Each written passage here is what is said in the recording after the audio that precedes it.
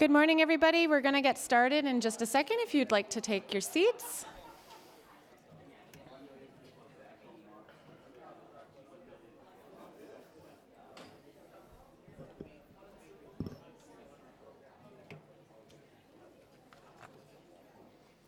All right, well, good morning and welcome, everybody. My name is Jennifer Brown, and I'm a registered dietitian at the Ottawa Hospital Bariatric Center of Excellence. I'm going to be one of your co-chairs today, along with Dr. Eric Doucette from the University of Ottawa. So this morning, I'd like to welcome Dr. Harper, who's a principal investigator and the director of the NSERC-funded Metabolics Advanced Training and International Exchange, or MATRIX, training program, based at the University of Ottawa, McGill, and Montreal. Dr. Harper teaches at the undergraduate and graduate levels at the University of Ottawa. Please join me in welcoming Dr. Harper.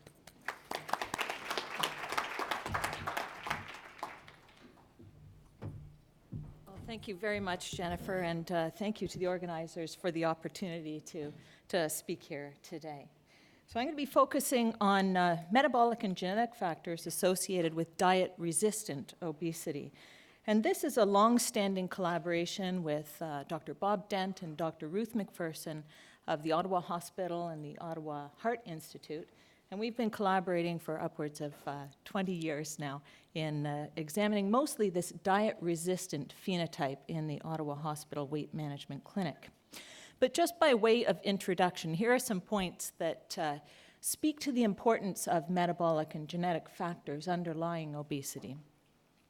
First off, twin studies, going back to some of the early work of Claude Bouchard and colleagues, that indicate that there's this high intra-pair correlation in BMI in monozygotic twins, whether they're raised apart or raised together. Secondly, adult body weight is relatively stable in the presence or absence of obesity. Thirdly, the ingestion of excess calories results in highly variable weight gain in adults. Weight loss maintenance requires truly heroic diet and exercise regimens to keep that weight off. And the point that I want to focus on today is that energy restriction results in highly variable weight loss, inter-individual weight loss in obesity treatment programs. So this diagram shows the behavioral weight management program that Dr. Dent established in the early 1990s. It's a hypocaloric dietary and behavioral educational type of program that in the first part, as you can see, is a 900 kilocalorie per day meal replacement program. That is followed by transition and then a hypocaloric diet with real foods. Now this same approach or same program has gone back to the early 1990s when Dr. Dent established the clinic. And so now this has led to a very large number of patient records, giving us a great platform for obesity research. So upwards of 5,000 evaluable records of patients who have completed this same program at the Ottawa Hospital. So the phenomenon that we have really been focusing on is the diet-resistant phenomenon and the high variability in response to this hypocaloric dietary program. And we have found that weight loss in response to this 900 kilocalorie per day program varies by 2 to 3-fold in the first 6 weeks in the diet-adherent subpopulation of the patient population after we correct for age, sex, and initial body weight. And this, of course, is in the absence of known factors that impede weight loss, such as thyroid hormone disorders or mobility issues, and so on. Now, we define the diet-resistant phenotype as that in the lowest quintile for rate of weight loss in the first 6 weeks of the program, and the diet-sensitive group as the uppermost quintile for rate of weight loss in the first 6 weeks of the program. And here, for example, is the trajectories of weight loss in the diet-sensitive and diet-resistant groups within the population. And again, it's at the first 6 weeks that we look at whether an individual is a fast loser or diet-sensitive or a slow loser or diet-resistant in this program. So my laboratory is a mitochondrial bioenergetics laboratory, and we focus on mechanisms in cells and tissues that relate to the conversion of energy substrates within cells and the efficiency with which those processes occur. And so many of these processes occur within the mitochondria, or the so-called powerhouses of the cells, and therein we focus on the process referred to as oxidative phosphorylation. And this is the site within mitochondria that allows the coupling of the oxidation of fuels, ultimately the fuels in our diets, to the conversion to the universal energy currency of cells, ATP. Now, this diagram would have you think that the coupling of the oxidation of fuels to the phosphorylation of ATP, or the production of ATP, is perfect. But it is not a perfect coupling because of a process called mitochondrial proton leak, or processes called mitochondrial proton leak. And this process uncouples the oxidation of fuels from the phosphorylation of ATP, so it bypasses the synthesis of ATP. So this diagram shows, on the left going to the right, the complexes within this system. So this might take you back to your third year metabolism or biology courses. Complexes 1, 2, 3, and 4 of the electron transport chain in the mitochondrial inner membrane. And so that's where all of the electrons from substrate oxidation in cells funnel in, and that gives this system sufficient power to pump protons out of the mitochondrial matrix into the intermembrane space. So at the top there, you see all those protons that produce a proton motive force. And that's a potential energy store that then can be used to drive the molecular motor on the right there, ATP synthase. But this system is not perfect, and sometimes there's a leak in the system. Protons leak back into the mitochondrial matrix, bypassing ATP synthase, which means that fuels continue to be oxidized, glucose or fatty acids, but the energy is not captured as ATP. So it's an energy wasting type of mechanism. And this is what we have hypothesized can play a big role in the differences in weight loss during the controlled hypocaloric regimen. Now, what is known about the importance of this leak process within oxidative phosphorylation? Well, many studies have shown that in various cells and tissues of the body that proton leak is responsible for 25 to 50% of the resting energy expenditure of cells. And this is a controllable process, and when there is an increased need for ATP by a cell, either for muscle contraction or protein synthesis and so forth, that leak is shut off and protons return through ATP synthase, so the efficiency of this process can change. Now, we've been conducting most of our studies in our human translational research in skeletal muscle. And that is because skeletal muscle is important for overall energy expenditure. As shown in this table here, skeletal muscle accounts for about 20% of resting metabolic rate in the body, and that's largely because skeletal muscle makes up a significant proportion of total body composition. But skeletal muscle is also a tissue that we can access in our patients during our metabolic studies. We biopsy the muscle and do metabolic analyses on those muscle biopsies. Now, it's been shown specifically that proton leak in skeletal muscle accounts for about 50% of the resting energy expenditure within skeletal muscle. Now, this was conducted in rats, but was conducted in a very controlled fashion in vivo in rats. So 50% of the resting energy expenditure of skeletal muscle is thought to be due to this process.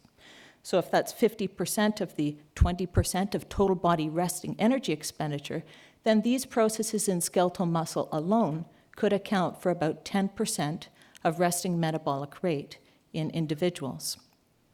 So our goal is to better understand these processes and to determine if this contributes to differences in individuals who have great difficulties in losing weight. So unfortunately, not a lot is known about the control of proton leak processes, despite a lot of research. it is known that uncoupling protein 3 in skeletal muscle mitochondria contributes to a small extent to proton leak within skeletal muscle. It's also known that the adenine nucleotide carrier on the right-hand side there contributes quite to a significant extent to these energy wasting processes within mitochondria of skeletal muscle, but it's very poorly understood. So much more research has to be conducted in that area.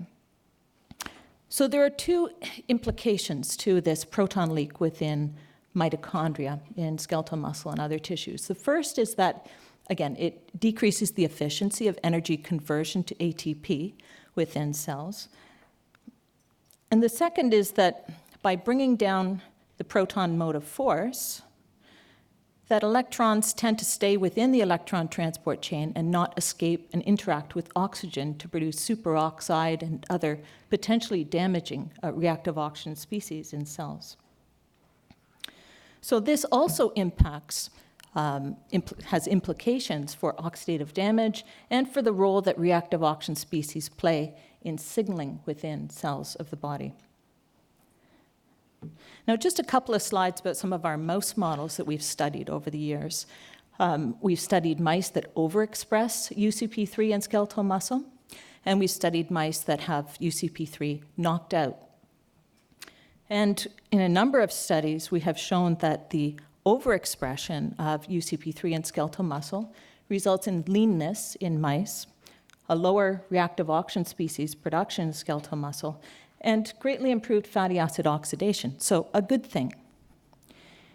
Now, in this study, recently conducted, we examined using untargeted metabolomics in plasma, liver, and skeletal muscle, and this was led by a former postdoctoral fellow, Céline Agar, who is here today as well.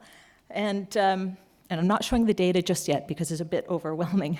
So we analyzed, using metabolomics, metabolites within plasma, liver, and skeletal muscle in 4 groups of mice, different types of exercise as shown here: untrained, at rest, untrained and euthanized with an exercise bout, exercise trained and euthanized at rest, and exercise trained but euthanized after a short exercise bout. And these results, if any of you have conducted metabolomic analyses, it yields a very large amount of data.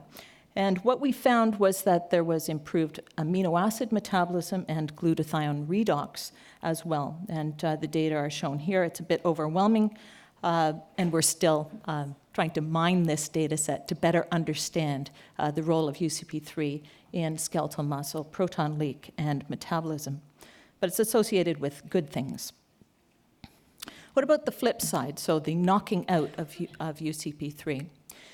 Well, UCP3 knockout mice are not obese through presumably adaptive type of processes within the mice, but these analyses were just recently conducted in the first sets of analyses in intact permeabilized myofibers from UCP3 knockout mice. And you can see in the red box there that there was significantly decreased mitochondrial proton leak in these intact muscle cells, and also some impairments in the metabolic activity of the electron transport chain. So what might all of this have to do, or what might be the implications of these findings to diet-resistant obesity? So again, we're looking at the diet-resistant and diet-sensitive phenotype, the extremes of the range for responses to this hypocaloric and intensively supervised clinical program. And what we do is we recruit subjects back after they've completed the program and they're in a weight-stable state, and we match the participants in every other regard, sex, age, body weight at the time, and we conduct muscle biopsies. So using a very small amount of muscle, 150 milligrams, we're able to assess the metabolic characteristics of the muscle and use all sorts of approaches as identified in this slide. Now, this slide summarizes some of the major findings that we have made in these populations over the years. we first identified that there was a significantly higher mitochondrial proton leak or energy wastage in mitochondria from the diet-sensitive individuals compared to the diet-resistant individuals. And that was published way back in 2002. And then we went on to use gene expression profiling of skeletal muscle and whole blood, and even whole blood samples prior to the initiation of the weight loss program. And we found very distinct differences in gene expression profiling, so potentially identifying some biomarkers of who might be responsive in this program and who might not be. Then we went on to conduct some skeletal muscle fiber characteristics, because we thought that we should know about this before doing primary muscle cell analyses. And to our surprise, we found very significant differences in the type 1 versus type 2, or oxidative versus glycolytic fiber proportions in the muscle of the patients. And there was actually fiber hypertrophy in the diet-sensitive individuals compared to the diet-resistant individuals. Then we went on to study the primary myotubes. We take off the satellite cells in the muscle biopsies, grow them up in culture, and study them under different metabolic conditions. And we found that proton leak what continued to be different between the two groups, and again, proton leak energy wastage, if you like, was higher in the myotubes from the diet-sensitive individuals compared to the diet-resistant individuals, whether we cultured those cells in low glucose or high glucose. And we also saw very interesting differences in glutathione redox ratios. Now, more recently, we conducted a study to examine the question whether muscle of diet-sensitive and diet-resistant individuals responded differently to a high-fat meal challenge, which previously had been shown to change reactive oxygen species production in skeletal muscle. So we thought we'd use this approach to try to delineate differences.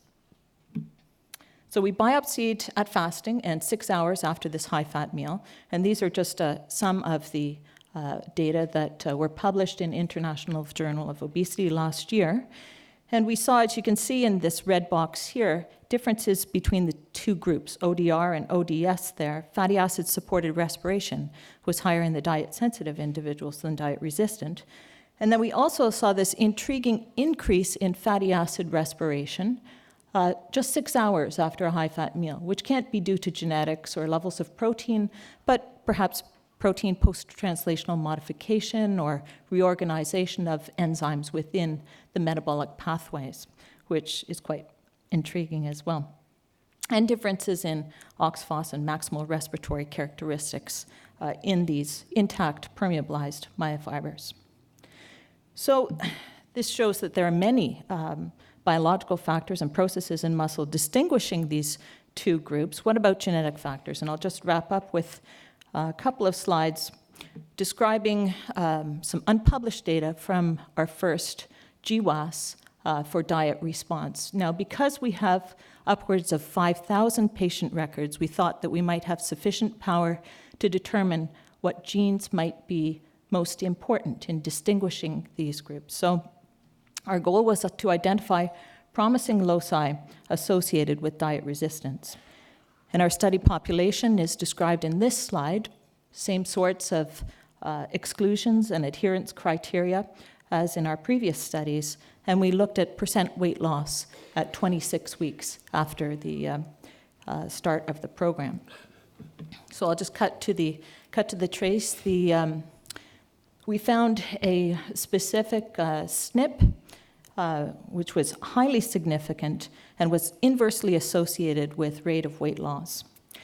And this SNP was found in, it's shown in the frequency there, about 11 to 12% of the population.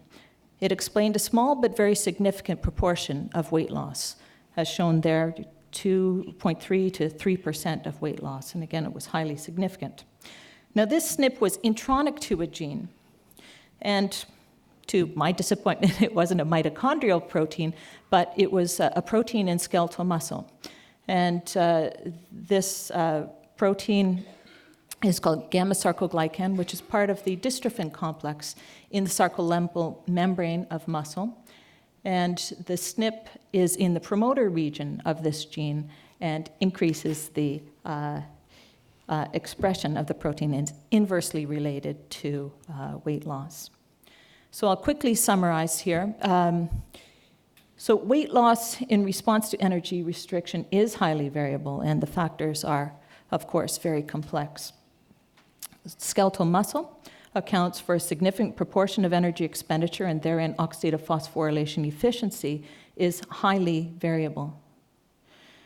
There are basal and inducible forms of proton leak. They're poorly understood, and much more research is needed to better understand the contributions of the potential protein factors. Now, we have found that type 1 fibers, fiber diameter, proton leak, and fatty acid-supported respiration are all decreased in muscle of the diet-resistant individuals compared to the diet-sensitive individuals.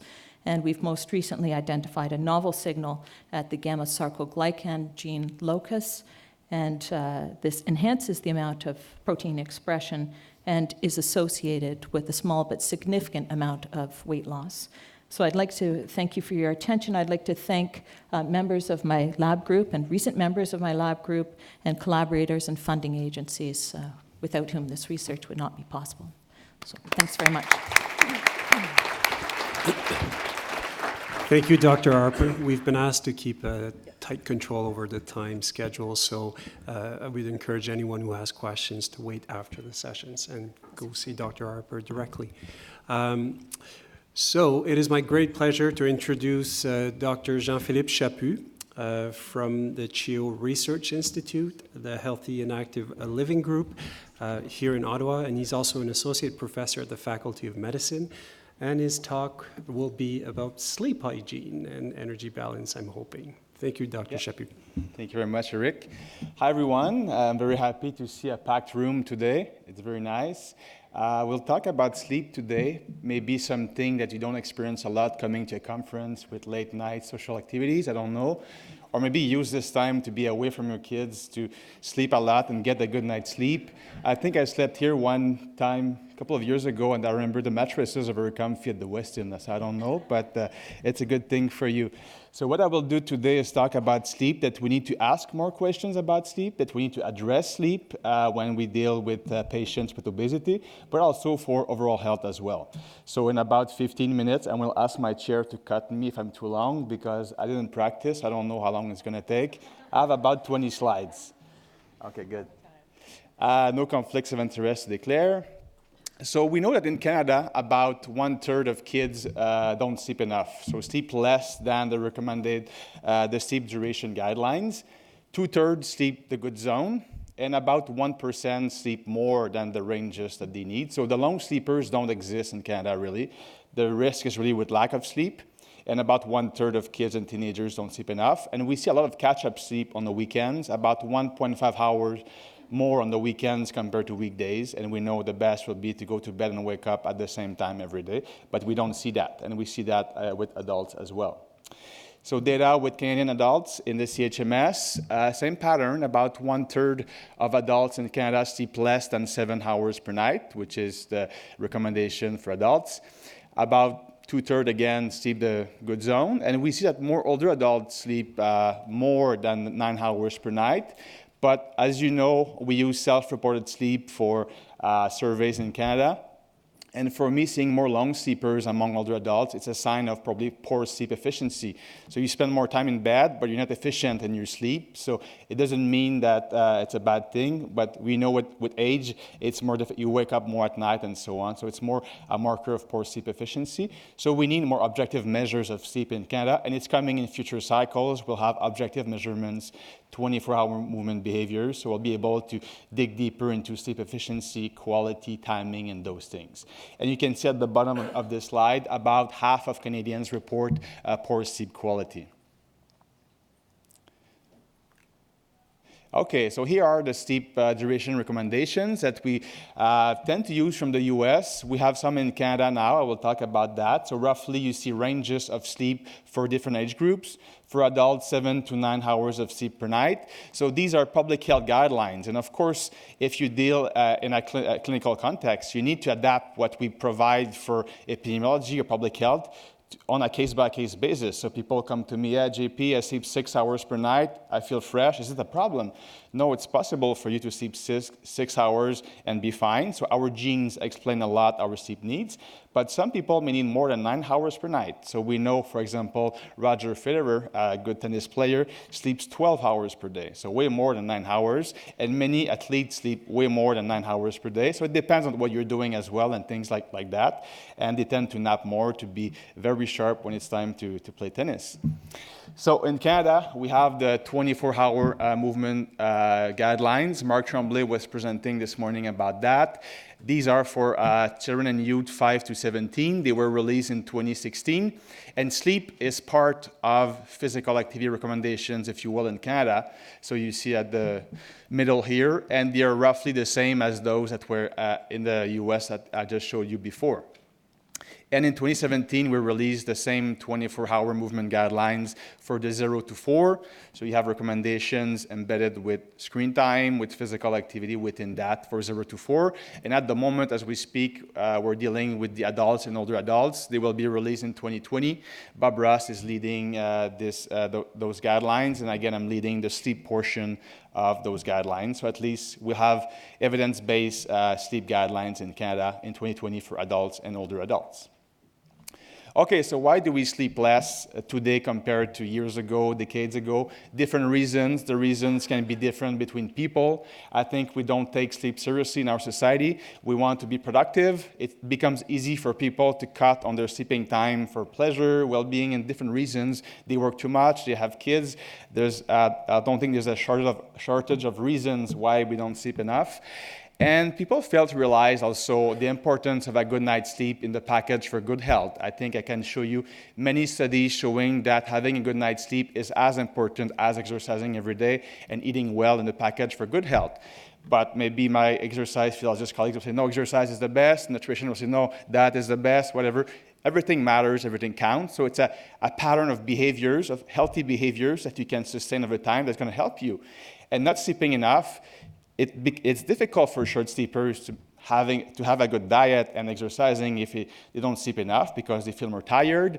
They're more likely to eat junk food because the brain craves for energy-dense food when you don't sleep enough. So it impacts eating behaviors and physical activity behaviors to impact weight and other outcomes down the road. So I think we need to ask questions about sleep because it has an effect on other behaviors and health.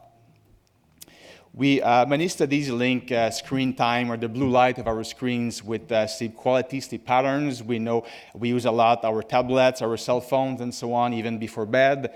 So the blue light tends to have an impact on sleep hormones, reduces sleep quality at night. So we need to be aware of that. Many programs now try to block this blue light. It becomes more orange. You can change that with your iPhone. For example, in the setting of your iPhone, it's free. There's a night shift mode you can use. So at least if you use it, it doesn't send the same wrong signals to the brain. So it's not just don't use your screens at all, but if you use them, there might be better ways to maintain your sleep efficiency or sleep quality at night.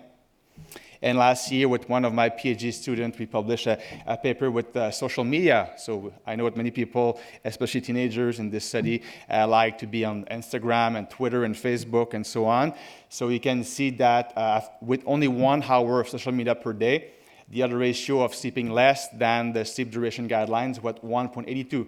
So 82% more likely to sleep not enough if you use 1 hour of Facebook and Twitter per day. And you can see a clear dose-response gradient with 5 hours per day of social media, odds ratio of 3. So 3 times more likely to be a short sleeper if you use that a lot. So I think it's a matter of balance in life as well. But I think in the past couple of years, we don't go down in the number of screens that we have, and we're always on our screen. So we need to be careful about that as well.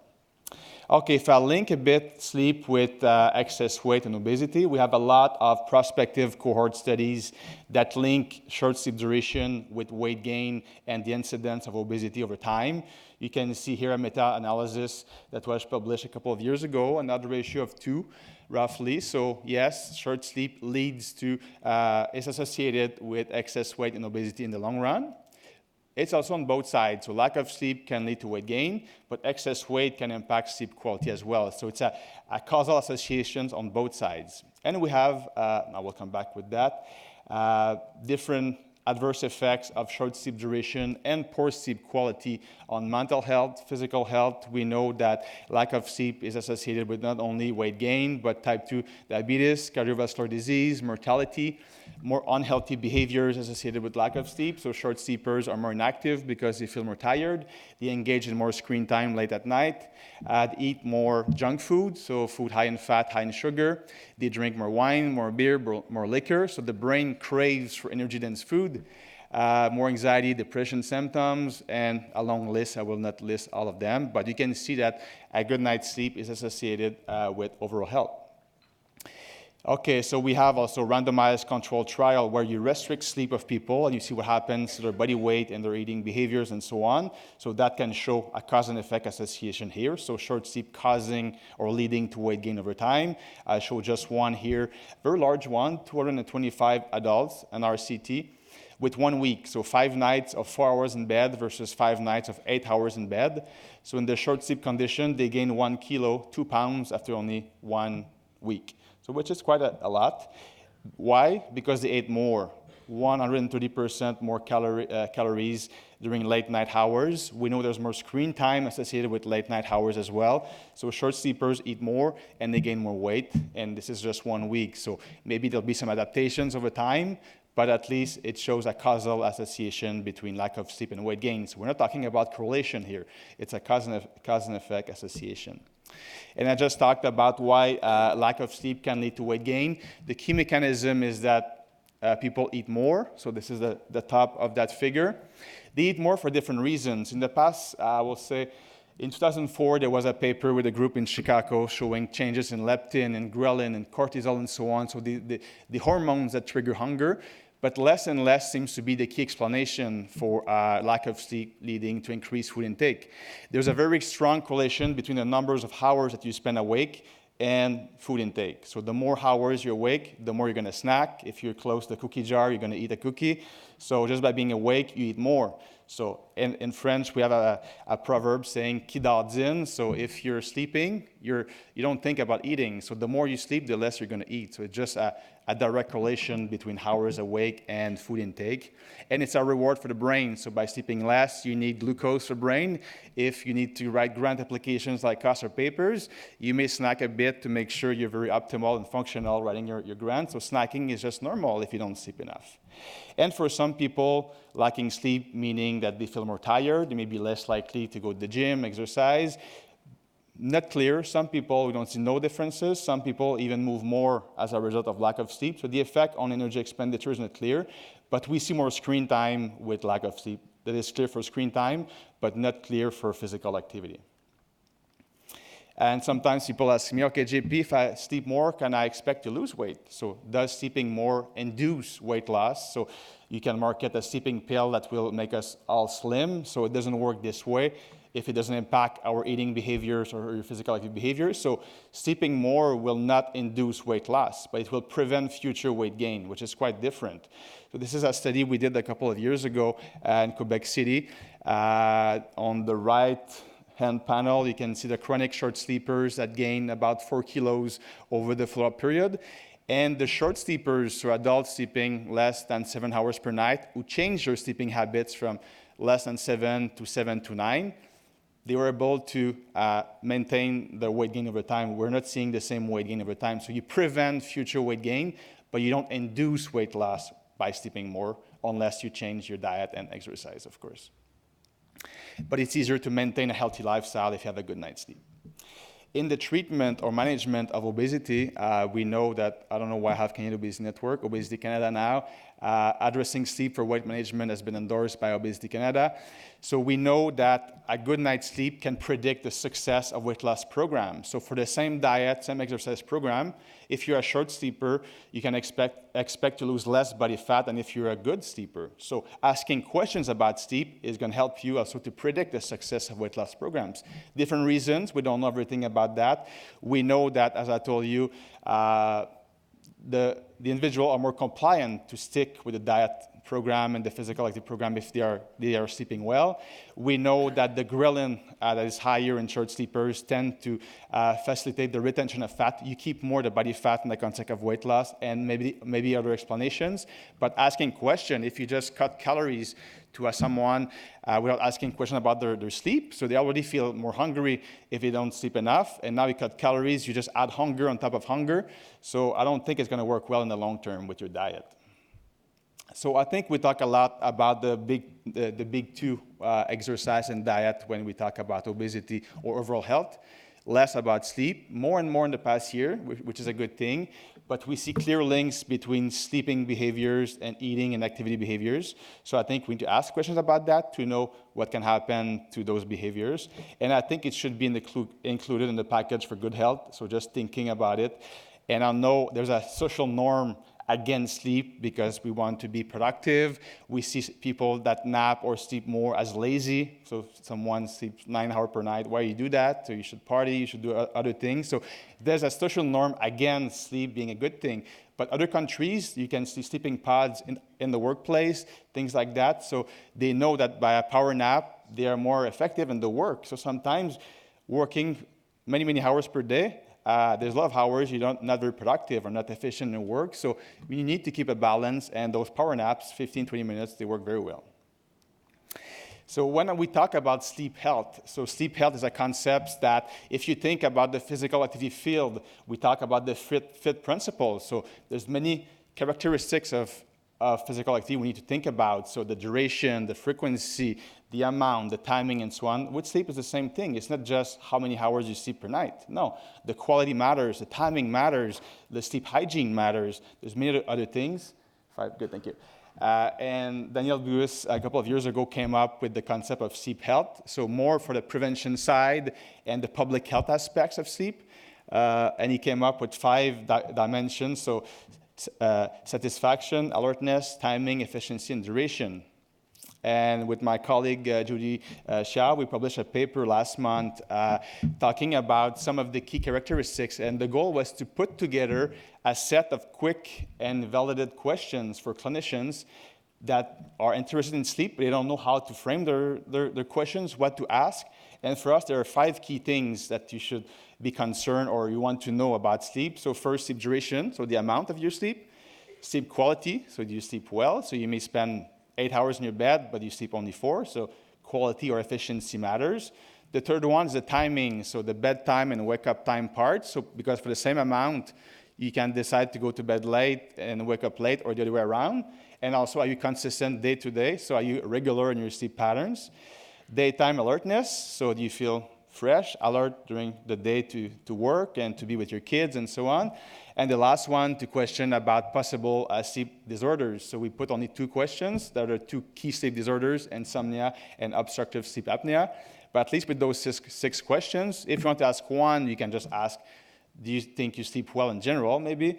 But at least with those 6 validated questions, you can have a good snapshot in 2 minutes of your client's sleep patterns, which is a good thing.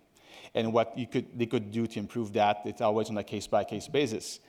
And I published a paper this year about more the public health aspects of sleep health, coming up with some recommendations for public health, because it's not to deal just with people, but what can we do as a country to come up with policies to make a good night's sleep normal for people or easier for people to achieve. So there's many recommendations. I will not list all of them. You can read that in this paper is published.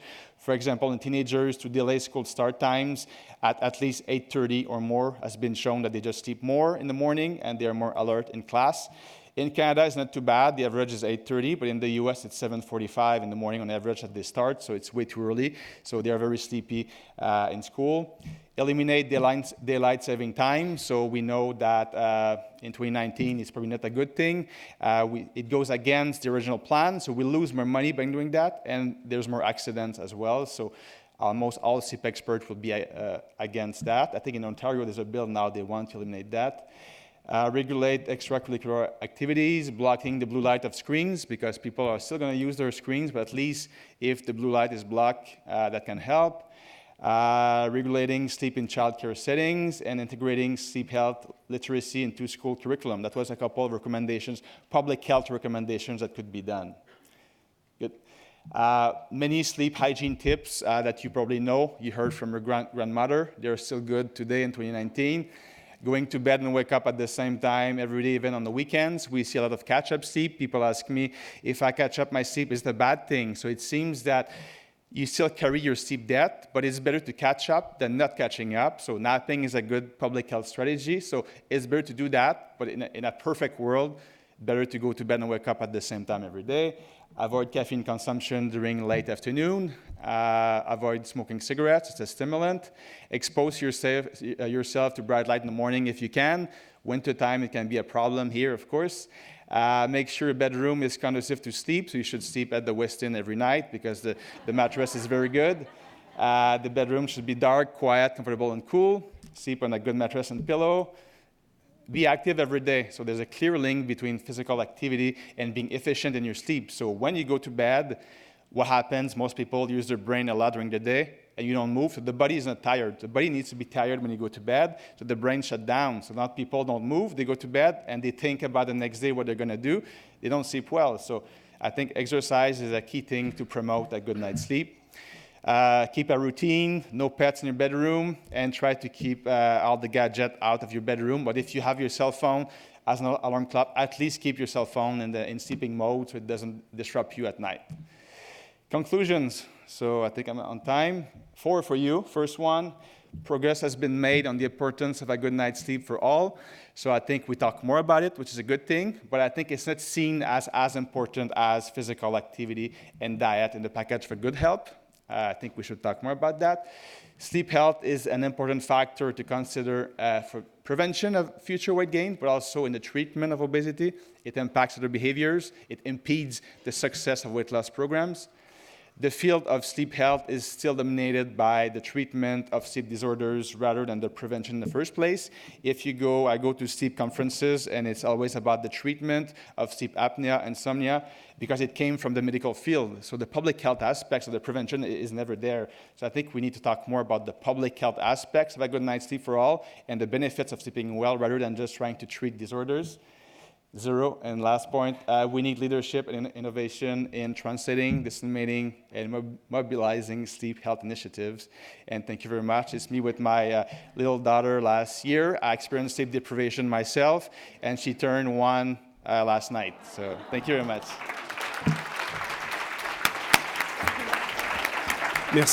Merci beaucoup, Jean-Philippe. I don't think we have time for questions, so I'm sure that the speakers will stick around after. No, because we have to vacate the room at 11 for the Pecha Kucha. So it's my great pleasure to introduce Dr. André Marette, who's a professor in medicine at Laval University and also a researcher at the Lung and Heart Institute and enough. So André is going to be talking to us about the little bugs that populate our entire body and apparently impact energy metabolism and health. Thank you, Eric. I'm very pleased to be here. I would like to thank the organizers for inviting me. Yes, I'm going to give you a microscopic view about obesity and the metabolic syndrome. I think, of course, we're aware that bad dietary habits can lead to the metabolic syndrome and obesity and all the complications associated with it. We know, of course, that bad eating behaviors will promote what we call inflammation. And there's a lot of evidence in the literature that links, of course, obesity with inflammation in the adipose tissue, which will contribute to cause liver disease, insulin resistance, and muscle, but eventually the spreading of inflammation to the arterial wall as well as in the heart will promote cardiovascular complication. So we've been looking at this correlation or this continuum for many years. And today I would like to promote another view about this is the origin of inflammation. Is it really in the adipose tissue? It is certainly important, but is it actually starting where the nutrients are first handled, which is of course the intestine, the gut. The gut has been known to be important for metabolic disease prevention or of course contributing to metabolic disease, because, of course, it is important for nutrient metabolism. It produces a lot of hormones like GLP-1 and others. But I think what really stressed the field or changed the field a lot is the realization that the gut also contains microbes. And these microbes are responsible for producing inflammation through the release of lipopolysaccharide, for example, which is a very potent inflammatory agent. And we call this metabolic endotoxemia, or also metabolic inflammation. So this discovery many years ago has changed a little bit the field. More people like me are now looking at the gut as a major organ involved in metabolic disease, probably through propagating inflammation in many peripheral organs. And of course, what has changed the field a lot was the discovery in 2010 that we were not alone. If you compare to the genome, the metagenome, which is mostly bacterial genes and bacterial species that lives inside of us, is much more important. Up to 100-fold more genes are related to the bacteria and other microorganisms living with us. So that's not to be discounted. They're very important. And of course, since then, we've done a lot of studies have been done by many groups in the world. And now we understand much more what the gut microbiome is doing. Every nutritionist in the room knows that the gut flora, as we used to call that, is important to metabolize fibers into short-chain fatty acids. And this is shown here. But also the gut can metabolize protein, amino acids, obviously, phytochemicals, xenobiotics. And all these different nutrients or phytochemicals have an impact on the gut microbiota, but the relation is bidirectional. The gut microbiota also metabolize these different factors that will produce these products in the gut, which will act on key receptors on epithelial cells in the gut, and also sometime in peripheral tissues, when these factors can travel, of course, to those tissues. So this has changed a lot the way I see inflammation in general and the role of the gut into producing or to regulating metabolic syndrome. There's also growing evidence that wiping out the gut microbiome can lead to obesity and complications. There's multiple reviews. This is just one example in Frontier Pharmacology, where they actually look at different papers or reviews in which it was clear that if you overtreat with antibiotics, you will promote obesity in many populations in the world. This association has been seen many times and repeated, so it's really reproductive. And what convinced me to involve myself into working on the microbiota, because I was skeptical at the beginning, was those studies where you actually take OB mice, high-fat-fed animals, or TLR5 knockout mice. All these are models of obesity in animal models of obesity, of course, mouse. And if you take the gut microbiota from these animals and you transfer that to a naive mouse, a germ-free mouse, that doesn't have any microbiome or microbiota to start with, you will actually produce an obese phenotype if the microbiota is coming from one of those genetic models. And if you take the lean counterparts to this model and you transfer its gut microbiota, you will not produce gain of weight or increase adiposity. So you can transfer an obesity phenotype just with the gut microbiota, even if you don't have a genetic disruption, even if you don't feed high fat or high sucrose, just by giving the gut microbiota to a donor mice, a recipient mice. Of course, these are mouse studies. One can say, well, is it also true with human gut microbiota? So in that very interesting study published in Science many years ago, they've actually used identical twins. Twins that are identical genetically, but from the pictures, you can tell they were not raised in the same family. So one of the twins was obese, the other one was not. If you transfer the gut microbiota from the lean twin to a germ-free mice, the mice will stay lean. If you transfer the gut microbiota from the obese twin, so genetically identical, it will actually produce an obesity phenotype in the mouse, as shown here. So obesity is a transmissible phenotype through the gut microbiome, and this is very important. Now, the reason that the gut microbiota can have an impact on obesity and metabolic syndrome remains unclear, but there's two, I would say, prominent mechanisms. First, there's the energy harvest hypothesis. This hypothesis states that the gut microbiota, some of the microbes into the gut microbiota, can harvest some of the energy. And if there's a dysbiosis, some of this energy will not be taken by the gut microbiome and therefore will be absorbed, and you will get, of course, obesity because you have more available energy. This hypothesis has been shown in many papers, but has been debated as well because the evidence for this, especially in humans, is still lacking. What I think is most important in terms of producing a metabolic syndrome phenotype with the gut dysbiosis, the change in the gut species in the microbiome, is really more related, I think, to inflammation. Because we know that as soon as there's a major shift in the composition of the gut microbiota, there will be change in the gut integrity. There will be leakiness. So you will see not only bacterial components such as LPS, but even bacterial species are going to be able to translocate from the gut and reach even liver and muscle and adipose tissues. This has been shown not only in animal models, but also in humans recently. And so this will trigger inflammation, obviously. These bacterial fragments or even bacterial presence will stimulate inflammation in adipose tissue and liver and therefore promote metabolic syndrome. What is important also is that we kind of blame always high sugar and high fat in our diets to promote obesity.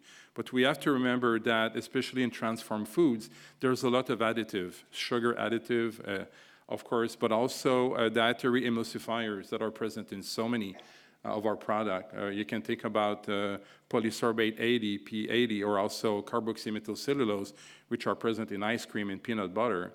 This study by Chassin and collaborators published a few years ago in Nature has shown that those two products at doses that are recommended and safe according to the FDA can have a major impact on the gut. What you see here is actually in blue is the epithelial cells of the intestine. In green, this is the mucus layer that protects us from these microbial species. And in red, this is the microbes. This is the bacteria that are actually labeled in red in this picture. And what you can see as compared to the water control, those animals treated for a few weeks with CMC or P80, these emulsifiers, you see a reduction of the mucus layer, and you see that the presence of the bacteria is getting closer and closer to the epithelial cells of the intestine. And this is quantified in the graph below. So we call this bacterial encroachment. And high-fat diet can do that. Sucrose diet can do that, but also dietary emulsifiers can promote this loss of the gut mucus and increase the chance, of course, of intestinal inflammation, which I'm not showing here, but intestinal inflammation was increased manyfold by these dietary emulsifiers. And the reason I'm showing you this result as well is that not only there's gut inflammation, but if you look at body weight gain in conventional mouse, you see that both emulsifiers increases body weight gain after many days. This was related to increased food intake as well, and this was also related to increased glycemia. And if you do the same studies, in the graph below, these are using germ-free mice. So if you don't have microbiome or gut microbiota in mice, the emulsifiers are not able to produce these metabolic changes. They also performed gut microbiota transplantation studies and further demonstrated that the gut microbiota was explaining the effect, the unwanted effect of the emulsifiers. So not only high fat and sugar can promote gut dysbiosis and gut inflammation, but also probably a lot of additive that is put into our foods, transformed foods. Now, this is not a very pleasant slide to show you, but this is one of the first gut microbiota transplantation that was done in humans many years ago in order to see whether we could change the phenotype of an obese individual by transferring the gut microbiota from a lean donor. So yes, the gut microbiota can transfer bad phenotypes, but also a good phenotype I've shown here. So in that case, they measured insulin sensitivity after an obese individual or many obese individuals received the gut microbiota through this way, a nasal way to do it. You can do it different ways. And they have been able to prove that you can, after many weeks, after a single transplantation of a gut microbiota from a lean donor, you can improve insulin sensitivity into an obese individual. Unfortunately, the effect is not forever. The individual actually returned to an insulin-resistant state. So either you do this every day or every week, or you actually maybe take foods in your diet that can prevent the gut dysbiosis or improve the composition of your gut flora. And I'm going to talk about prebiotics in a few minutes that can do that. But this is not a new story. In very old times in Chinese medicine, gut microbiota transfer was already used to treat gastrointestinal disorders. At that time, they were not calling this gut microbiota transfer. They were just calling it giving the yellow soup to people, which was actually gut microbiota from a normal individual that was transferred to an individual with gut problems, gut symptoms. And it was working 1,700 years ago. So it's not a new thing to do a gut microbiota transfer. The Chinese used to do it. I don't know if they still do that, though. So in our lab, we've been trying, therefore, to see if manipulating the gut microbiota through different ways could change or actually prevent the metabolic syndrome. So today I'm going to show you, because in the end, I don't have a lot of time, I'm just going to show you some results with plant polyphenols, cranberry polyphenols, and some very recent studies we've done with probiotics. So the reason we work with cranberry, first of all, there's a lot of cranberry in Canada. It's very easy to get. But also, we collaborate with a company that makes a very special product, which is enriched with proanthocyanidine. This class of polyphenols have been shown in many studies to have potent antioxidant and anti-inflammatory properties. So we wanted to test whether some of the effects of cranberry polyphenols, cranberry packs, could be related to the gut microbiota. So this study was published many years ago, so I'm going to go very quickly to summarize the results. So what we've seen here is that, of course, if you give a high-fat, high-sucrose diet to an animal models of obesity, mice in this case, you will promote body weight gain. The HOMO-IR index will increase because they're insulin resistant. But very importantly, we also raise plasma LPS level. So there's a problem with the gut integrity because we can't detect LPS in the circulation. But if at the same time we give this obesogenic diet, we also give the cranberry extract, we prevent obesity, we prevent insulin resistance, because probably we also prevent LPS to rise in the circulation. Gut integrity was improved. The mucus layer was probably better because we have more MUC2 production or gene expression in those intestine, in the colon. And also this KLF4, which is a very important marker of goblet cells activity, was also increased by cranberry polyphenols. But of course, we wanted to do this to look at the gut microbiota. And actually, the gut microbiota dysbiosis we found in these animals were not really changed or prevented. What we saw, however, was a major rise in one particular species, which was Akkermansia muciniphylla, which now today is known to be a very beneficial microbe. And Akkermansia muciniphylla respond to many types of polyphenols, but especially proanthocyanidins. So we next done a recent study a few years ago where we tried to reverse obesity and metabolic syndrome with, again, this cranberry polyphenol extract. So you see in that case, we started at 13 weeks with animals that were already obese. And in that case, you see the red line.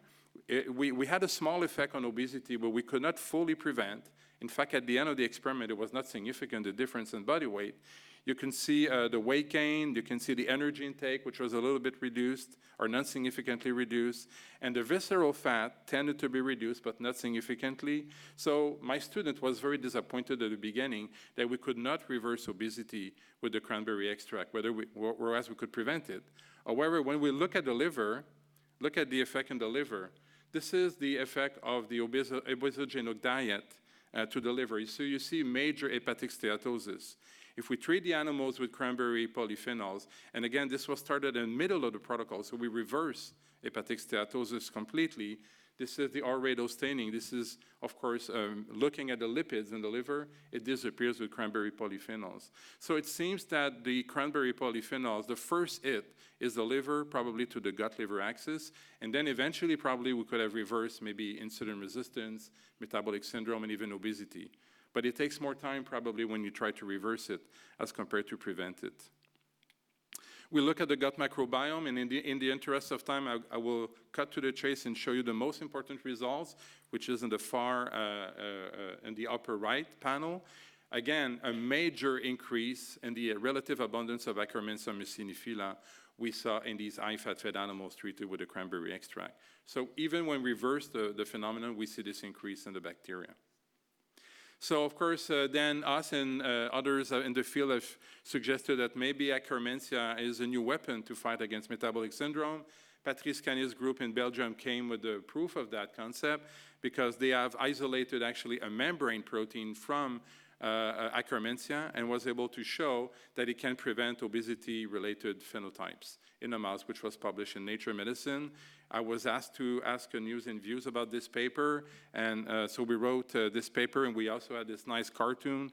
What is actually doing this protein from a bacteria, so we can treat obesity with a microbial protein based on this finding, was able to reverse obesity because the gut integrity was markedly improved by this protein. So the tight junction proteins, the claudinine, the occludins were back to normal with this treatment with the Akkermansia protein. And the mucus layer was also improved, and the inflammation in the gut and in the liver and in the adipose tissue was also reduced. So the animals was more insulin sensitive. Now, for the last part of my talk, I would like to briefly mention the use of probiotics. And there's a lot of debate right now if probiotics can be useful for metabolic syndrome. I think there's much more evidence that it can be useful to treat gastrointestinal disorders. But what about metabolic disorders? And I think the problem is, of course, we are missing a lot of studies, especially studies in preclinical models. So what we did, we have screened recently for a mini bacterial species and tried to find some that could actually improve metabolic syndrome. So from 200 different strains of bacteria, we have selected only 5 through a very, very selective process, including in vitro screening, to go into an in vivo screening. So all these 5 that we selected have anti-inflammatory properties, and they're also biocompetent to put into fermented dairy products, either cheese or yogurt. So we tested those, and many of those, for example, 2 of the lactobacillus strains that we tested were able to prevent obesity, as you can see here. I'm going to go quickly in the interest of time. But also 2 of the bifidobacterial species that we have tested, especially one of them, the BF141, was also able to prevent weight gain in this high-fat, high-sucrose dietary-fed model. I will not show you this in detail, but believe me, when we look at glucose tolerance and insulin tolerance, 2 of those bacteria were able to improve insulin sensitivity, maybe not surprisingly because they were preventing obesity. And especially one of them was very good to prevent reduction of gut integrity because it could reestablish zonulin, occludin, and MUC2, very important markers of gut integrity. So I think we have identified 2 bacterial strains that exert probiotic effects in preclinical models, and now we need to go to validate those by doing clinical studies, which will be probably done in 2020. And I hope to show you these results in the next COS meeting. So I'd like to thank everybody in my lab for, of course, all the work they've done, especially Fernando, Anne, and Melanie Lebas. Thank you very much for your time.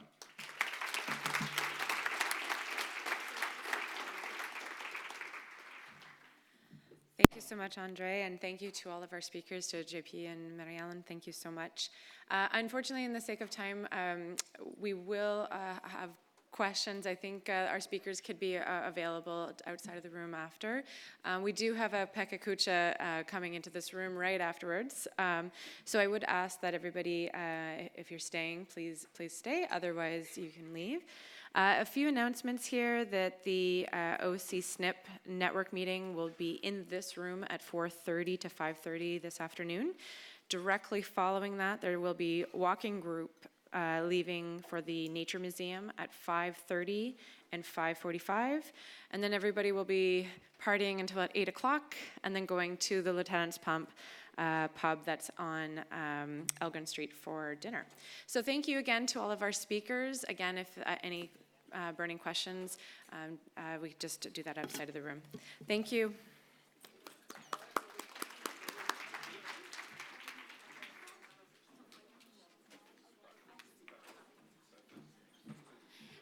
Can I please ask the Pecha Kucha speakers to make their way up on to the stage, please? So if you're speaking in the next session, if you could please come up.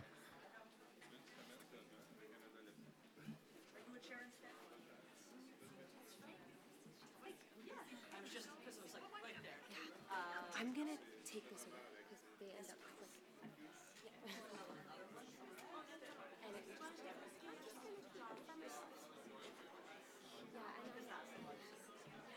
Hello, I'm Shakiba.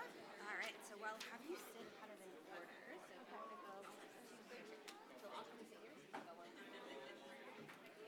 Hi, I'm Lisa. So you're going to sit this way.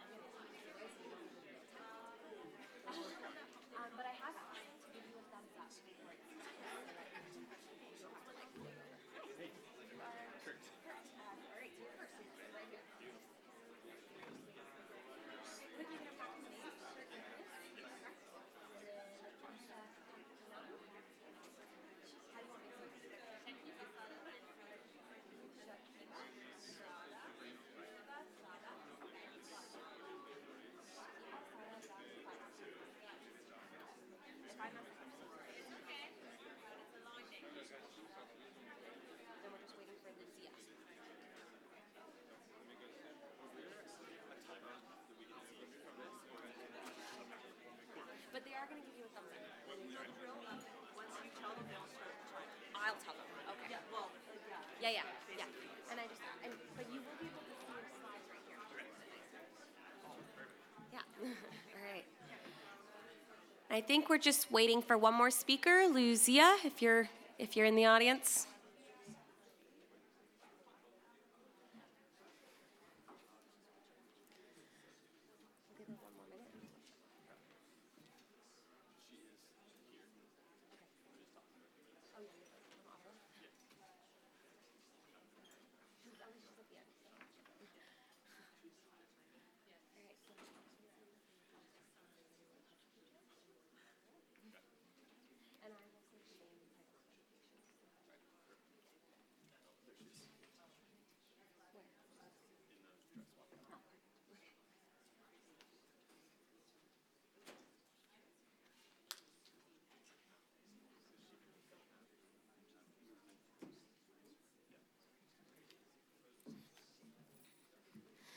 All right.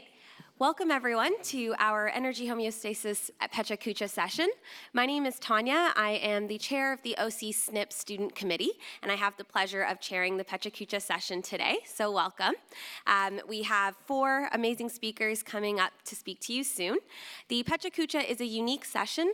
All of our presenters have 6 minutes to present their work, and they have put together 20 slides that are going to be changing automatically every 20 seconds. So they have a very unique presentation, and so we're going to get right into it. Our first speaker from the University of Ottawa, Kurt McInnes, and his title of his presentation is Cold Can Help with Weight Loss, Fact or Fiction?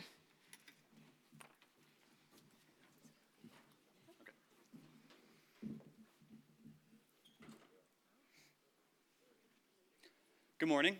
My name is Kurt McInnes, and I'm here to talk about a new avenue of a possible weight loss adjunct that is cold exposure.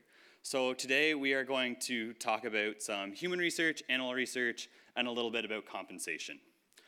So just as a start off, this is a picture of me. A couple months ago, we had a Wim Hof training session. And if anyone knows who Wim Hof is, it makes sense that this ended with a cold bath. So this is me sitting at 2 degrees Celsius, just trying to breathe my way through this wonderful cold exposure covered in snow and ice. So basically what's happening here is my body's responding to this cold stress by increasing heat production to maintain core temperature. And it does this through 2 avenues. The first is through shivering thermogenesis, where you're going to start to shake a little bit. And the second is non-shivering thermogenesis, which is primarily your brown adipose tissue. So about a decade ago, there was a rediscovery of brown adipose tissue that has led to a monumental increase in the amount of research regarding brown fat, regarding cold-induced thermogenesis, about how the cold impacts energy expenditure, and how we can use this in different ways to impact your brown fat. And we found some really interesting metabolic benefits of cold exposure through this research. The first is that there's about a 60% increase in GLUT4 translocation whenever you go through chronic cold exposure, as well as about a 43% increase in peripheral insulin sensitivity. So these are really important metabolic benefits that you see, and they've been picked up by some lay media outlets, such as Reader's Digest or Scientific American, and they've led some titles talking about how you can supercharge brown fat, or you can shiver your fat off. And this is a little bit concerning, because really, the majority of this research has been done from a thermoregulatory standpoint. And that makes sense, because we are looking at cold exposure, but most of that research has been focused primarily on energy expenditure. And as people who research energy balance, it really leaves that question of what happens to energy intake? Are we going to see a similar response to exercise where there's compensation? Are we going to see no compensation occurring? Or are we somehow going to have a detriment in our energy intake because we're cold? But really, there's not a lot of research in humans that looks at this. So we have to look to our friends, the mouse models and the rodent models, to really see what's going on. So a really important caveat whenever we discuss this is that humans and rodents respond very differently to cold in one key aspect, and that's our shivering capacity. So humans, we max out at our shivering about 5 times our resting metabolic rate, or about 40% of our VO2 max, which is basically a brisk walk, compared to a rodent who can basically shiver himself all the way to his maximal oxygen consumption. So when we take a rat and put it in a progressive decreasing temperature, we see that there's going to be a decrease in body weight. And that makes a lot of sense because as you get colder, you have to shiver more, so you're burning more calories, and it's going to result in weight loss.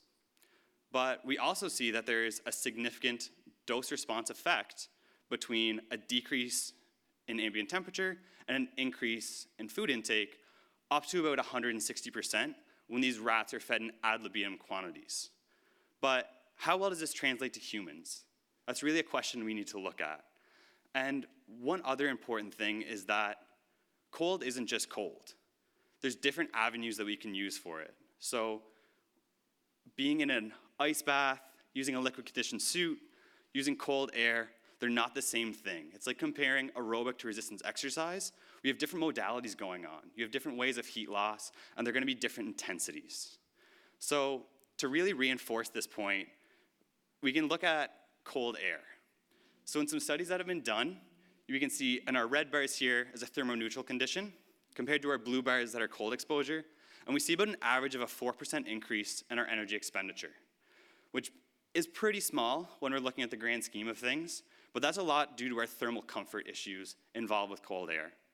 In comparison, if we look at a liquid conditioned suit, we can see an average about a 50% increase in our energy expenditure because we can use a stronger stimulus for the same amount of thermal discomfort. So basically, we can feel a little less cold while burning a few more calories within these liquid conditioned suits.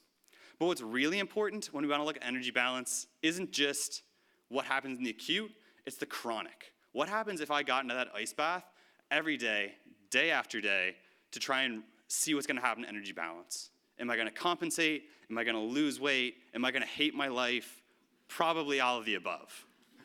So there's been 7 studies that have looked at acclimation, which is basically a chronic cold exposure. And what we've found from looking at these studies is that the weighted average for body weight change is a positive. It's 0.04 kilograms, which is very negligible, but that means that we're actually gaining weight when they want to be losing it.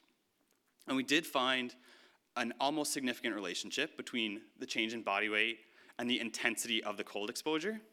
However, when we looked at the total cold-induced calories burned above baseline, we didn't see a correlation between that and our changes in body weight.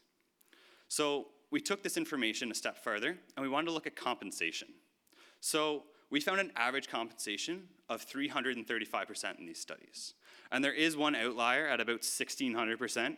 So even when we remove that, our average compensation is still 126%, meaning that you are overcompensating in the stimuli. And this is in situations where individuals weren't going through dietary manipulations, making it a good real-world representation. But we didn't see any significant relationship between compensation and intensity or compensation and how many hours you're in the cold. But it's important to note, these graphs aren't very well populated, so we don't really have enough information to move forward in this area. So I'd like to take this time just to thank you guys for listening to a little overview of how the cold works, as well as thank both Dr. Francois Hamon and Dr. Eric Doucette for helping bring these together. Thank you.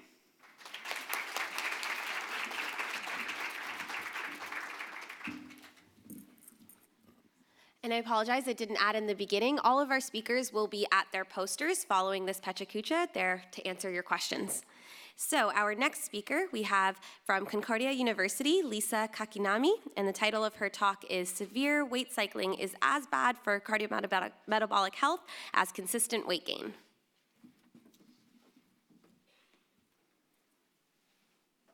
Good morning. Can everyone hear me on the sides? Okay, great. First, I'd like to acknowledge my study co-authors, Barbara Knopper from McGill University and Jennifer Brunet from the University of Ottawa. And today we're talking about weight cycling and how it's associated with adverse cardiometabolic markers. We have no conflicts of interest to disclose. So despite the fact that the majority of us probably have a current intention to try to lose weight, more than half of us will be unsuccessful with doing so. And in fact, those who do end up losing some weight, majority of those people end up regaining some, if not all of that weight back.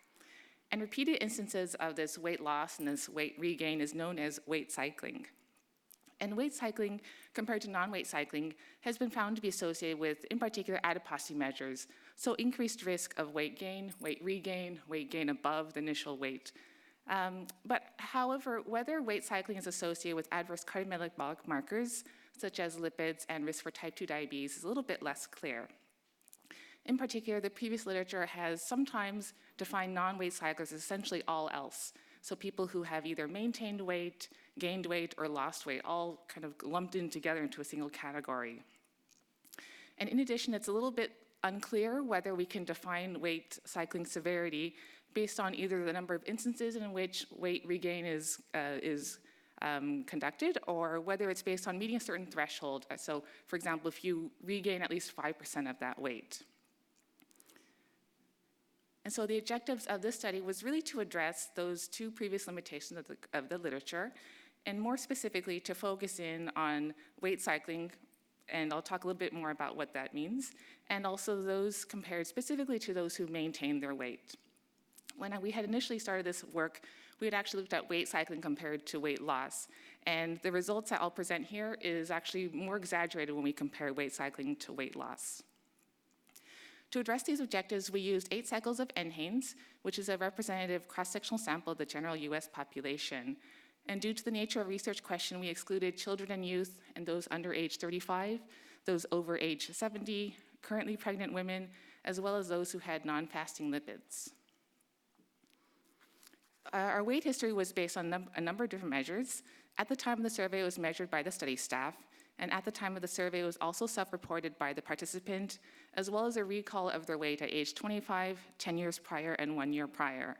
And in addition, the participants reported their highest weight recall as well as their lowest weight recall. And we used those different weight history values to identify 4 separate categories, 4 distinctive categories. Those who had gained at least 5% and essentially never lost weight from previously were identified as our weight gainers. Those who had lost at least 5% from their previous weight and never gained weight were identified as our weight losers. And you can look more about those 2 groups at my poster outside. So instead, I'll talk a little bit more specifically about our weight cyclers compared to those who had maintained weight, so those who were within 5% of their weight at all the time points. We further subdivide our weight cyclers into try to identifying potentially a dose response based on whether they were mild weight cyclers or whether they were severe weight cyclers. We conduct our analyses using multiple linear regression and adjusted for all the covariates listed here, so including demographic characteristics, health characteristics, the discrepancy between the person's self-reported weight at the time of the survey and their measured weight, as well as a variable that represented the fluctuation in their weight from the highest or the lowest values. In our sample, we had about 50% who were weight gainers and a third who were weight cyclers, and these 2 groups were those that had the highest current BMI. But actually, the weight cyclers were the ones that had the highest previous weight history, and they also had the largest fluctuation in their weight from lowest to highest. And compared to those who had maintained their stable weight, weight cyclers had a number of cardiometabolic risks that were elevated. So for instance, they were nearly 6 milligrams per deciliter lower in their HDL, and they had significantly elevated LDLs, triglycerides, and HOMA-IR. When we further stratified this based on sex, we saw that there was an important sex difference such that the associations were really the most consistent among the women. In comparison, in the men, it was much less consistent, despite the approximately even sample sizes and the fact that we adjusted for weight status. But to give these results some context, we think it's also important to talk about what are your risks if you actually gained weight. So if we look at those weight gainers compared to those who had maintained their weight, we see sort of the expected results that you would expect to find from something like this. For instance, they had a significantly lower HDL, an elevated LDL, triglycerides, and HOMA-IR. And to put this further into context with weight cyclings, we also compared to see essentially is that magnitude of risk from weight gaining different from the magnitude of risk when you're weight cyclers. And we saw that for all cardiometabolic measures, except for HOMA-IR, the risk from weight cycling is about the same as consistent weight gain. For our secondary objective, we did want to look at the severity of weight cycling, but unfortunately, due to the imbalance of our sample, for instance, we only had 100 and 9 people who we were able to categorize as severe weight cyclers. We did the analysis, but we're not that confident in the results, so I did not present the results here today. Nevertheless, the results from our study show overall that weight cycling is associated with elevated cardiometabolic markers. This is more common and more consistent among the women than among the men. And that the risk from weight cycling is approximately the same as that from weight gaining, except for HOMA-IR, which remained higher in the weight gainers. But whether the weight severity is associated in a dose response should really be the aim of future studies. In particular, this study was severely limited by the use of our self-reported measures. And so we would obviously encourage, I think there's been a lot of good research that's been presented and a lot of studies that could actually do this in their longitudinal samples with objective measures. Thank you.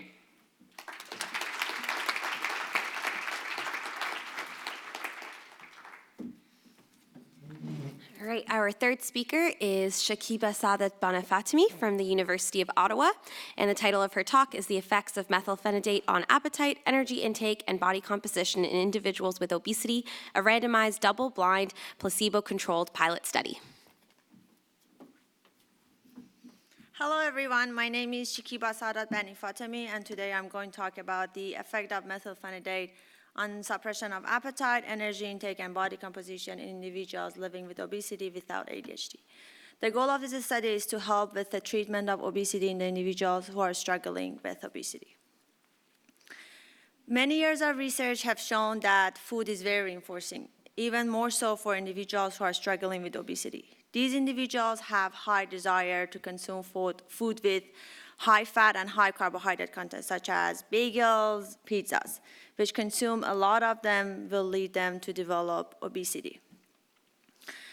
In order to tackle obesity, these individuals go through traditional weight loss approaches such as physical activity and diet.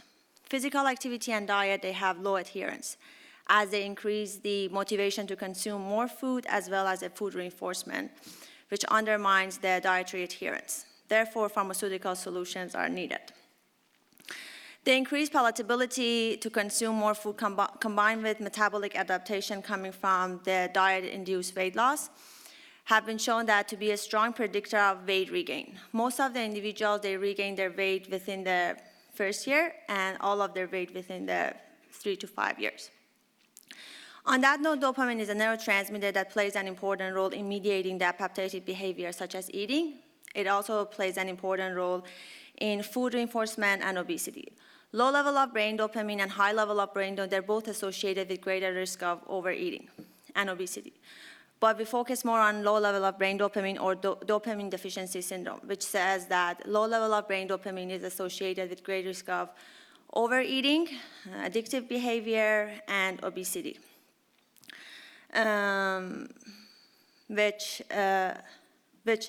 Moving to next slide, many years of research has shown that methylphenidate is a psychostimulant that increases the availability of brain dopamine within brain striatum dopaminergic region. Years of research on methylphenidate on ADHD patients has shown that methylphenidate suppresses appetite, increases energy expenditure.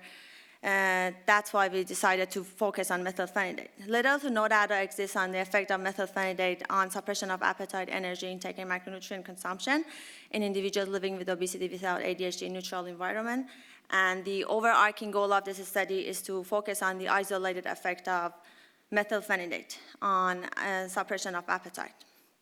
Given the existing gap, we decided to look at the isolated effect on the effect of methylphenidate on suppression of appetite, energy intake, and macronutrient consumption over the period of 60 days, so such a short period. Moving to the next slide. This study was conducted as a 60 days randomized double-blind placebo-controlled study. 2 groups were allocated, one placebo and the other one MPH or intervention group. We looked at appetite by using a visual analog scale, and we looked at the measurement of energy intake and macronutrient consumption through an ad libitum buffet meal lunch and using an ESHA application. During the whole study, we screened 19 participants, out of which 14 were randomized, 7 allocated to the intervention or MPH group, and 7 was allocated to placebo group. As we can see on the table, the participants, they didn't differ significantly at their baseline level, such as age, height, weight, sex, and education. Here's the effect of MPH on appetite, specifically desire to eat. As you can see on the blue line, MPH suppressed appetite compared to the orange line, which is a placebo group. Similar results was seen in the other measurement of appetite, such as sense of fullness. Here we can see the effect of methylphenidate on body weight. The MPH or intervention group is shown in a blue line, and the placebo is shown in an orange line. When we compare them together, we can see a weight loss drop of 1.5 kilogram above placebo, which is according to research, is statistically significant. Overall, we saw that MPH showed a statistically significant result on all measurements of appetite. We saw MPH show clinically significant result on weight loss, moderate effect on energy intake, and it showed no statistically significant result on macronutrient consumption. Moving to side effect, one of the strengths of the MPH is that is very, very well tolerated. In our studies, we had 0% attrition rate due to adverse side effects. None of our participants show any adverse side effect, with only 20% showing some moderate side effect for insomnia, dryness of mouth, and nausea. The 1.5 kilogram weight loss drop was comparable to the currently approved weight loss medication in Canada, such as Contrast, Oxidative, and orlistat-based drugs such as Ali, while showing no adverse side effect attributed to these weight loss medication. You might say, so what? Well, during our study, we were able to show in individuals living with obesity that the short-acting methylphenidate suppresses appetite, and this suppression will lead to weight loss. So it might be able to help with the treatment of obesity. So the comparable weight loss drug and the better tolerance rate, we can say that MPH should be seriously considered as a potential solution for pharmaceutical treatment of obesity. Moving for future studies, our study was the first pilot study that showed novel data that short-acting methylphenidate suppress appetite during short period of time. So future studies should focus on longer study duration with larger study population. They should also look at the side effect and efficacy of other dose of MPH or other type of MPH for weight loss, such as sustained release or extended release. They should also examine the maintenance of weight loss with obesity. Hopefully, together we can beat obesity. Thank you.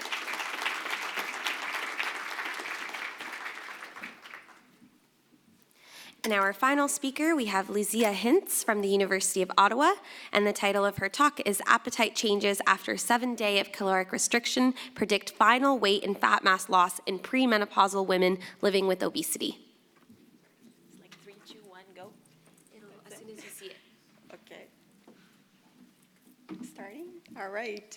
If we're shaking because I'm nervous, I'm also spending more calories. All right, my name is Lizia Hintz. I just completed my PhD here in Ottawa under supervision of Dr. Duce and Dr. Goldfield. And today I'm going to talk a bit about how early changes in appetite after caloric restriction, how they can be significant predictors of final results in women. I have no conflict of interest in presenting this data. And what we're going to go over today is about, is it changing? All right. So what we're going to go over today, we're going to talk about the compensatory mechanisms of weight loss and how those early changes might be potential predictors of final results, especially appetite. All right. So I'm going to start my presentation actually asking a question for you all. Have you ever tried to lose weight before? Yes? No? Some people? Were you able to maintain this weight loss? No, right? Was it easy? So, unfortunately, it's a very common scenario. Most people who are looking for weight loss, they tend to recover all the weight back after a few months. So why? Why it's so difficult to first lose weight and then maintain the weight loss in long term? Basically because our body doesn't like losing weight. So there's several variables associated with this difficulty in losing weight and maintain the weight loss, such as increasing on appetite, olfaction, and palatability, and decreases on energy expenditure and satiety.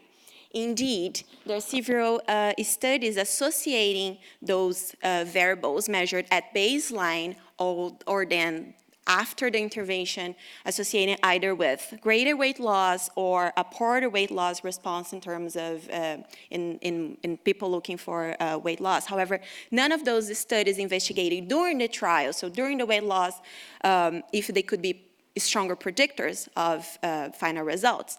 In this case, accordingly, the objective of our study was to identify those variables, and we hypothesized that increases on appetite, olfaction, palatability, and decreases in resting energy expenditure would be associated with poorer results. For that, we recruited 36 women living with overweight and obesity. They were initially randomized in a slow and rapid weight loss. So we measured those compensatory mechanisms at baseline, and then 7 days later, and then in the end of the study, we also included some follow-up measurements. And what you want to know is the change, whether or not change in the first week, they could predict the final results in terms of body weight and fat mass losses. For this particular study, we pulled all the participants together. I'm going to show the results later. And here I have a little bit more details about the protocol. So we measured a fasting appetite, resting energy expenditure, and then appetite after a standard meal. So for 3 hours, every 30 minutes, we asked questions about appetite. With those results, we could calculate the SQ, the satiety quotient, and also the postprandial appetite. So for the resting energy expenditure, we used the indirect calorimetry, so during measurements during 30 minutes after 12 hours fasting. And for the body composition, we also use the DEXA. Have this break to breathe a little bit, and then we go for the appetite measurement. So we had 4 different categories for appetite. So we measured desire to eat, hunger, fullness, and prospective food consumption. So we use a visual analog scale as simple as showing the figure. So just asking to the participant how strong is their desire to eat, and they were invited to just draw a line. So we asked this several times during the day to calculate the appetite, and then to measure appetite, and for olfaction performance, we also use these sticks showing the figure to measure threshold, discrimination, identification, and calculate the total score. And for palatability was also a visual analog scale asking how palatable the food item was. We also included some psychological aspects using the 3-factor eating questionnaire and asking how restricted or disinhibited or susceptible to hunger our participants were. In our analysis, we included the Wilcoxon tests, experiment correlations, and multiple regression using the SPSS. So going over the results, so at the baseline characteristic of our participants, we did not find any difference between groups, so they're both groups that started under the same conditions. And the change in the first week in terms of the compensatory mechanism, we did not find any difference either. So the reason we decided to pull all the results together, and then we could find as early as the first week of intervention, we observed significant decrease in resting energy expenditure and increase in fasting desire to eat, hunger, prospective food consumption, and also some of the variables some of the calculations related to satiety. So given we found those differences right in the first week, we also ran some associations with the final results. And as we can see, several variables were associated with the greater or poorer fat mass loss. So we saw so many variables, and then we decided to build a model to calculate how much those changes, they could explain the amount of variance of the fat mass loss we found in our participants. So after controlling for the eating behaviors, only early changes in fasting desire to eat and early changes in fasting fullness were significant in the model, explaining 46% of the variance in fat mass loss in our participants. So as a conclusion, yes, we could verify those associations between fasting appetite and satiety, explaining actually a better weight and fat mass loss, the opposite that we had initially hypothesized. However, postprandial appetite was associated with support or fat mass loss. So those results, they highlight the need of more personalized recommendations, especially in terms of appetite response as early as the first week of intervention. Effects of those early changes in weight loss maintenance remain to be investigated, and I want to thank you all for listening. Obrigada. Merci.